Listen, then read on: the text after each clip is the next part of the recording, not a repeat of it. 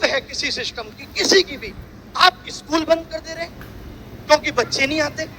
भाई आपने क्यों नहीं सोचा बच्चे क्यों नहीं आते? आपके बड़े बड़े नेता अगर प्राइवेट स्कूलों का उद्घाटन बैक टू बैक करेंगे तो सरकारी स्कूलों से बच्चों का भरोसा कैसे जगेगा?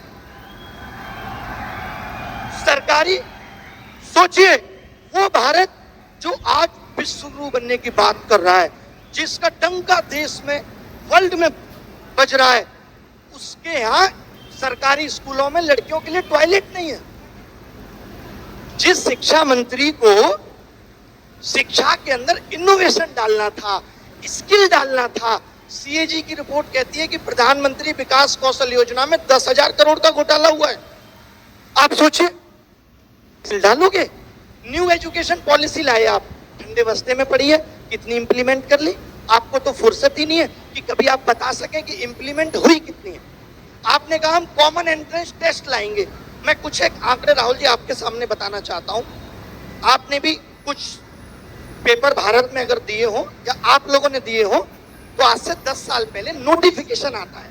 जब भी कोई एग्जाम निकलेगा नोटिफिकेशन में क्या होना चाहिए? अगर आप चैट जीपीटी से भी पूछेंगे तो वो बताएगा फॉर्म भरने की last date, form fees, exam tier 1 कब होगा, टीयर 2 कब होगा, ये होना चाहिए।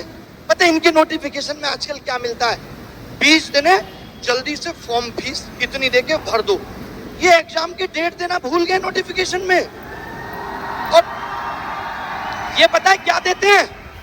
ये कहते हैं पेपर तो हम तुम्हारा 100 रुपए में करा लेंगे, लेकिन जब कोई गलत सवाल हो और आप बताने आओ तो 250 रुपए लाना पर क्वेश्चन। दिस इज कॉल्ड असली पेपर लीक उद्योग चल रहा है भारत में। ऐसे ही एनटीए 500 करोड़ रुपए 4 साल में नहीं कमा ले रही। ये एजेंसियां हम जैसे आप जैसे लोगों से पैसा वसूलने के लिए बनाई गई थी। अब पैसा वसूलने के लिए एग्जाम करा रहे हैं, या आप भारत का भविष्य सुनहरा कर रहे थे? आपने ध्यान नहीं दिया। नीट जैसे एग्जाम में, नीट का एग्जाम कितना बड़ा एग्जाम है, क्या उसमें गलत सवाल ना हो इसकी जिम्मेदारी सरकार नहीं ले सकती?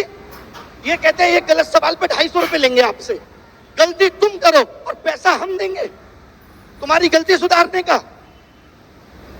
और फिर लोग कहते हैं शिक्षा मंत्री की क्या गलती है, सिस्टम में कमी है, शिक्षा मंत्री ने पेपर लीक नहीं किया।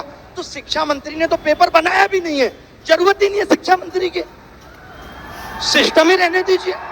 क्यों रहना है शिक्षा मंत्री, बनाना क्यों है? आप कुछ कहना चाहते राहुल जी, आप कुछ कहना चाहते हैं?